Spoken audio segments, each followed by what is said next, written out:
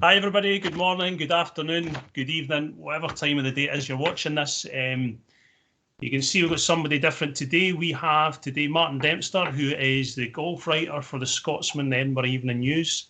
Like most people across Edinburgh, we've come across each other for many, many years. I've done a couple of little articles for the Evening News on Ryder Cup, and you wrote a couple of articles kindly on me. So anybody that's watching this will have read something that Martin's written. So Martin, you are pretty much now the champion of golf in the Lothians and broader in Scotland. Why is it you're so passionate about golf? I think, like everyone, a lot of people in Scotland. I mean, I was brought up playing golf from an early age. I was out in the golf course from 5-year-old down in Eyemouth. I'm from the Borders originally, and introduced to the game by my dad. We used to play the 9-hole at Eyemouth, and we were also members up at Dunbar, which was 20 minutes for the family home in Coldingham. And my dad and his mates every Sunday morning used to go up to Dunbar. Probably 12 of them, and it was just fantastic at an early age to spend time with them. I mean, the golf was fantastic. I mean, Dunbar's a great golf course, and but just as important was spending time with them in the clubhouse afterwards, just having a blether, and it was just fantastic. I mean, I don't think it was until later in life that you realise the value of that. Yeah, that's where my passion for golf started, and it's remained to this day, and will continue to do so. Good man. You say you were introduced to golf by your father. How were you introduced to journalism? Was it something that you always thought you wanted to do, or did you stumble across it? And more specifically, golf, because I know you did a bit of football and stuff in the past. But so how were you introduced to journalism? Yeah, well, funnily enough, it was the local football team in the village. I was staying in the village of Coldingham, but the local village football team was St Tab's Thistle, played in the Border Amateur League, and in all these communities, football clubs, which they still are to this day, but back then they were massive. The role they played was huge, and I played, but I also sent the reports to the local paper. The Berwickshire News, and it was only maybe a couple of hundred words, and it was very cat sat in the mat stuff. You can't beat cat sat in the mat stuff sometimes when you're reporting, and but that's how it started, and it was through that I got a chance. I actually started in the advertising department, a sort of clerical job in the Tweeddale Press headquarters in Berwick, and then became a junior reporter. In the Annick Advertiser was part of the group, which I loved. I mean, that involved everything. It was covering courts, it was covering flower shows, onion shows, sheep shows, and also sport. And I then got a move to the Berwickshire News because that was closer to home. And from there, I mean, I remember writing about a guy that maybe some of the older members will know, Craig Maltman. Craig was an Eyemouth man, and Craig was a tartan tour star at the time. I mean, Craig won I think it was the Kenyan Open, back in the day. He was a good player, so I did stories on Craig, and I covered a couple of Opens at Muirfield, because that was in the patch, the Berwickshire News East Lothian patch, and that's where it all started, and thankfully it's continued from there. Good man. So we're in a bit of a difficult situation at the moment. Everybody knows why. Where do you see golf going from now? I know not an awful lot of golf clubs are struggling. People are reluctant to join. What would be your advice to people moving forward? That's a very, very good question. I mean, unprecedented times at the moment, not just for golf and sport, but the world. But in terms of golf, I mean, who knows what lies ahead for a number of golf clubs, the bigger ones. They'll be okay. I mean, I'm not saying that the bigger ones aren't struggling or won't struggle in the next few months and beyond. But I mean, some of these smaller golf clubs at the moment, I mean, it's a really, really worrying situation. I think we all know that a number of clubs have been on the brink in Scotland for a while. We've lost clubs already, in Edinburgh alone. I mean, we've lost Turf and Hill. Lothian, Burn, Whitekirk down in East Lothian and other courses around Scotland have been shutting in recent years. So it's no secret that before this kicked in, golf clubs were struggling. Now, will the club survive? No, I think they won't, and that's sad. But at the moment, certainly golf clubs need their members to stick by them as much as they possibly can. I know it's difficult. I mean, people pay direct debit a lot now, so some people will be suspending direct debits, and who knows at the end of this, will they take up that membership again? So this is really, really, really worrying times for golf. I think Scottish golf as a whole will still be healthy, but I fear there will be casualties along the way before this will get back to normality, whenever that may be. Okay, so let's try and lighten it a little bit from the doom and gloom. Tell us about the Masters, Martin. I see every year you post something on Facebook and Twitter with an invitation, and I look at it and I think, what a lucky man he is. Tell us about the experience of the Masters from your perspective and how it's different to any other event. Yeah, it's actually only fairly recently that I to go there for the first time. I think 2012 was the first year that I got to go. Not just the Scotsman's previous golf correspondent Mike Aiken used to go, and then I had a spell at Bunker magazine. I was editor at Bunker magazine, and I think we were due to go one year, and I think the Scottish Golf Show was organised, which the Bunker company run. So I had the accreditation and wasn't allowed to go, and that was a sore one. And eventually got to go in 2012. We'll all watch it on the telly and we'll hear about it, but I mean, there's nothing like it in golf to me when you walk through the gate, and it's just everything about the place is phenomenal. It's just so. I often describe it. It's like a Disneyland for golfers in terms of everything the sort of professionalism, everything, and the golf course is just, when you walk on that golf course, it's so special. Everything about that golf course, the undulation is the big thing that you'll probably heard people talking about. The undulation is the big thing that people think, wow, that doesn't come across on television. And away down into Amen Corner, in particular, when you walk down there, I mean, it's golf in heaven down there. But just everything about the event, there's a certain behaviour that the Augusta National Golf Club expect. And what's wrong with that? I mean, they don't want people running. They don't want the stupid shouts we hear at golf. So I've got no problems with that. And all in all, it's just, they built a new media centre. I think it was 4 years ago. I saw it on my timeline on Facebook this morning, 4 years ago, and it's like a 5-star hotel.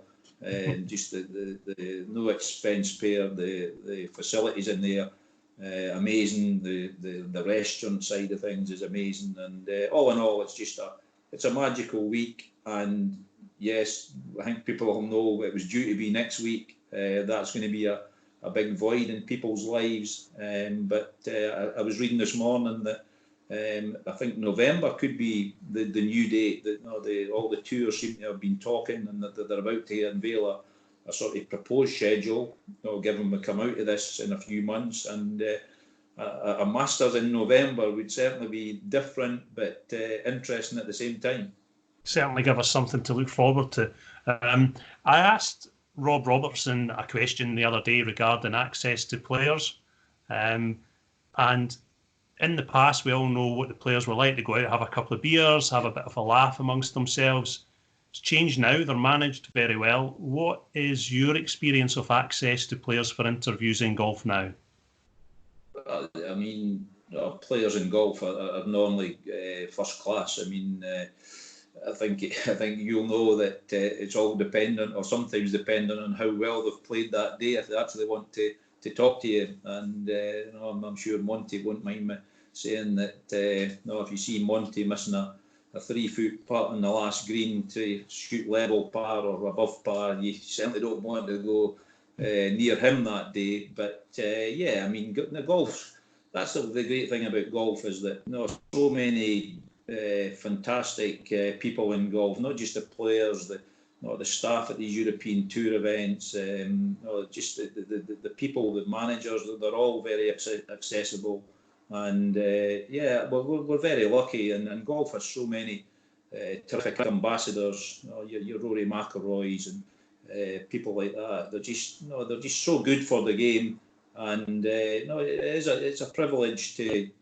go to these events and get the chance to talk to these people. But at the same time, I've always valued, you mentioned the evening news there. I mean, I've always valued the coverage, the local coverage. I mean, my mentor back in the day was Ian McNiven. Many people will know Big Ian, as he was affectionately known to a lot of people. And Ian loved the Lothians. Ian actually hated going to the Open and Ryder Cups. I mean, Ian was the Lothians Championship and the Dispatch Trophy. That's where Ian loved to be. And I'm the same. I love covering not international golf, national golf, but at the same time, the local coverage is very, very important to the paper, and I'll continue to cover that stuff as long as I'm working.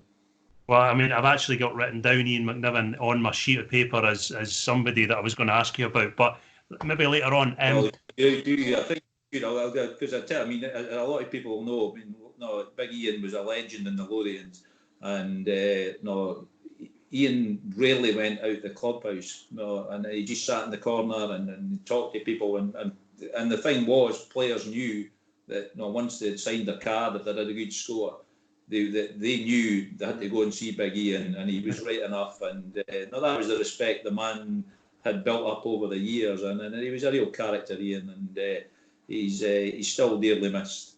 Yeah, he was a regular visitor to Brunsfield, speaking to Brian McKenzie in the past, so I was lucky enough to meet him on a number of occasions. A lovely guy. One thing I was going to say there, you mentioned about Montgomery, and you don't want to speak to him if he's missed a putt in the last. Just for the people that are looking, who would be your favourite interviewer or interviewee or whatever it is, and who would be your worst? Wow. Now you're putting me on the spot. That is interesting. I didn't prime you on that. When Monty on his day, I mean, Monty knows how to play the press, so to speak, and when Colin's on forum, he's good to listen to.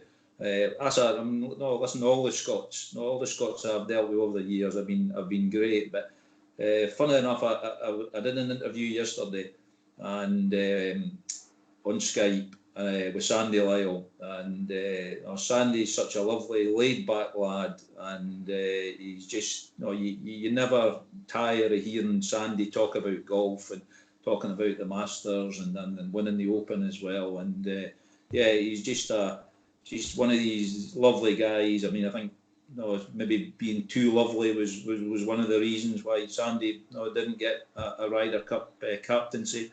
Which isn't going to happen now, unfortunately. But just one of these guys that I've always got a lot of time for. There's nothing flash about Sandy, and he's just down to earth. And I think if I had one more interview in me, at some point in my life, I think it would be I'll sit down with Sandy Lyle for half an hour. Other than yourself, of course. Obviously. Now, people that are watching this, I want to explain. I did not prime Martin to say Sandy Lyle, because people know that Sandy Lyle is a bit of a hero of mine. I've got pictures of Sandy Lyle about my house, so I did not say to Martin, say it was Sandy Lyle. All right, so just in case you're wondering, we were at it. One last question before we do the quick fire thing is, if the Ryder Cup goes ahead, which there's obviously a little bit of doubt about it, well, quite a lot of doubt about it, would we have a chance? Yes, I do. I think we will, because I was lucky enough to go. I didn't cover any of the previous majors at Whistling Straits, but I was lucky to go to Whistling Straits as part of the European Tour party in October in my role as chairman of the Association of Golf Writers. They were going to check it out. It was the year to go celebration, and it's very. Patrick Harrington said this. It's very much. It's not a typical American golf course. It's rugged. It's hilly. I mean, if the wind's coming off Lake Michigan, I mean, it's like what it was the couple of days we were there, really windy, and it would have been a really, really tough test of golf. So, yeah, I think it's as close to a European style golf course as you probably find in America. I think the Americans they're tough to beat. No, as was the case at Hazeltine, where they had a big win the last match in America. But I think, and at the moment though, I think one of the real unknowns is we don't know, is the qualification process going to be scrapped? Will it be 12 captains picked? So yeah, that's a good question. But I think given the quality that Padraig Harrington is likely to go there with in terms of players, I think we do have a good chance if the match goes ahead, and hopefully by September we can be out this current situation we're in. Okay, so quick fire. Favourite event to cover excluding the Masters? Not even a shadow of doubt, and I love the Open as well, but the Dispatch Trophy, brilliant, which is a number of people will know about the Dispatch Trophy in Edinburgh, a historic team tournament at the Braids. Absolutely phenomenal tournament, and I've made so many good friends over the years through the Dispatch Trophy, so that's my favourite. Great answer. Sporting hero, not specifically golf, but just sporting. It can be golf, but just a sporting hero.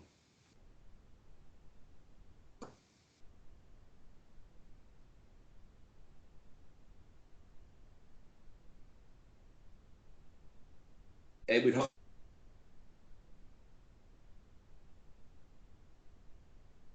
Screen's gone locked there, Martin.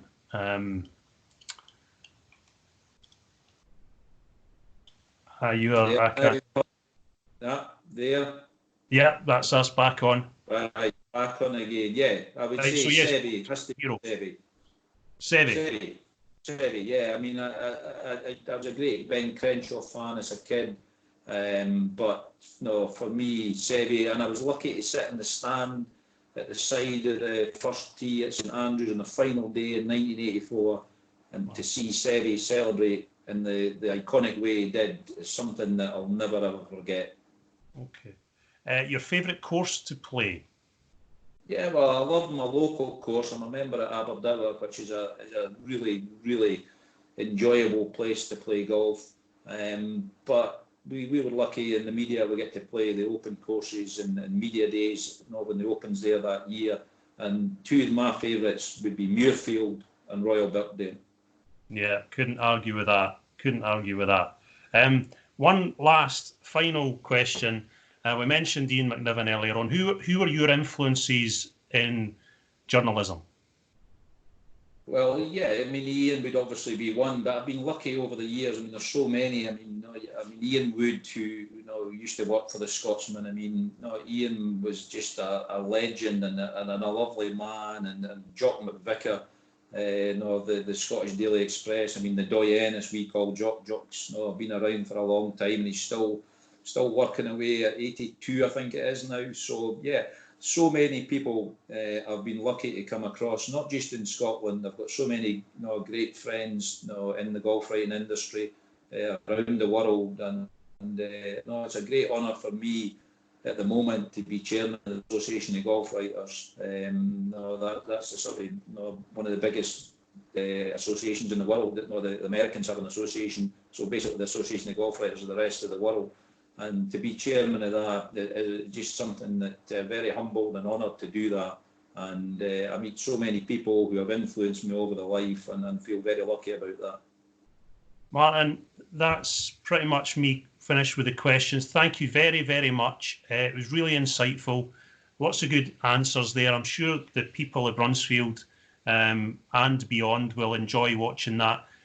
You've been to Brunsfield since you've seen the changes? What do you think of the changes? I've not actually. I've seen them from the air. Seen them from the air, flying in a couple of times, and they look good. So once we get through this, you'll be down for a game.